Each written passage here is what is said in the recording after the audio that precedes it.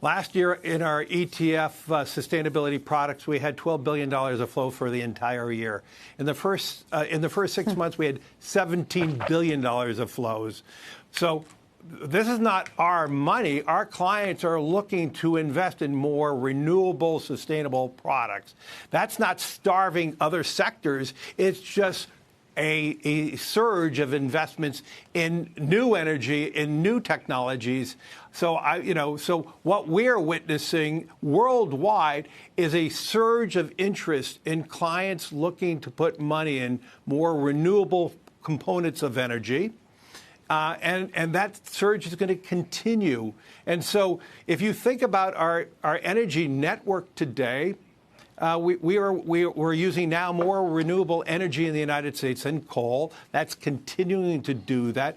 We look at that as a good thing. So we are responding to our clients' wishes, where they want our money, where they want their money to be placed. Larry, you're also taking a lead role yourself. You even point out that you've identified 244 companies that are making insufficient progress integrating climate risk into their business models. We took voting action against 53. Yes. So you're actually you're doing certain things as an activist, and I'm just wondering whether that's an appropriate role for you. Would you do it for pro-choice versus? Go ahead. So let me tell you what we did. In my 2020 CEO letter, we asked for companies to report on TCFD and SASB.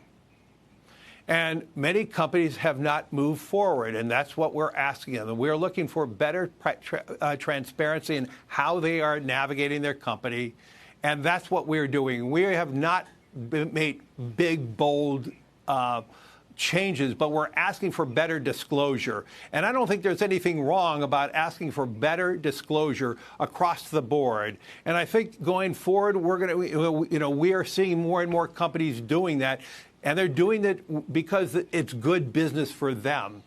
The one thing that is very clear in this COVID world that we're living in, beyond the sustainability world, Joe, stakeholder capitalism is only going to become more and more important. And the companies that focus on all their stakeholders, their clients, their employees, the society where they work and operate, are going to be the companies that are going to be the winners for the future. And we do believe these issues around social issues and how they operate, and this is why we ask companies to report under SASB and under TCFD, so we can truly understand how they're navigating around this whole long-term trend of climate change. Right, but we believe more than ever before, Joe, that climate change is investment risk.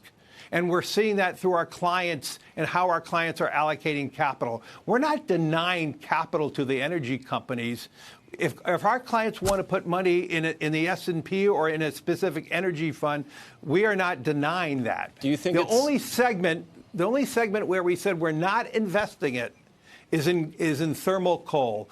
We are not denying investments in other components of hydrocarbons. We're working side by side with many of the great energy companies. And in many cases, some of the leaders of these great energy companies are trying to transform themselves and moving forward. Okay. And so I don't want to get involved in a political commentary, but much of what was said was so conflated. What we are doing is trying to move everybody forward, but we're not an activist. But the Boyd and Gray piece. So then you're saying he conflated BlackRock with these banks. Do you think it's appropriate for banks to be cutting off capital to companies that are doing hydrocarbon exploration? Do you think there's a risk that we lose a lot of these very high-paying jobs, that they're actually taking an activist role in picking winners and losers in what should be a free market decision on how we move forward? You said, oh, that's the banks doing it. We're conflating you with the banks. Do you think the banks should be doing it too, Larry, to affect I don't think banks. I think banks are strong capitalist organizations. I think they also look that climate risk is investment risk. So they're navigating their portfolios. I don't want to respond to any one thing, but I believe they are very good at allocation of capital. They're actually withstanding the COVID crisis very well, despite their reserves. I'm not here to. I don't know what they're doing in terms of holding back capital. I don't see that myself, but I can't respond to it. But once again, if you truly believe that climate risk is going to be an investment risk, and you're trying to navigate your asset allocation, that's a proper response. That is not an antitrust issue. That is an investment decision. When you think about the young people who are joining firms like at BlackRock, we have our training program this year remotely. Very different results versus being in office working side by side with people. But think about these young people who are joining the workforce now. They were quite young during 9/11 in the United States. They were young teenagers during the financial crisis. And now they're entering the workforce, and we have COVID, and they're working remotely. I believe their life's experiences are so vastly different than, well, my life experience. I was innocent and had an idyllic childhood. I think the experience of these young people today are vastly different, and their behaviors are going to be different. And quite frankly, this is just getting back to what Joe was talking about related to sustainability and environmental. The young people in all our surveys are more vigorous in terms of the protection of the environment more than ever before.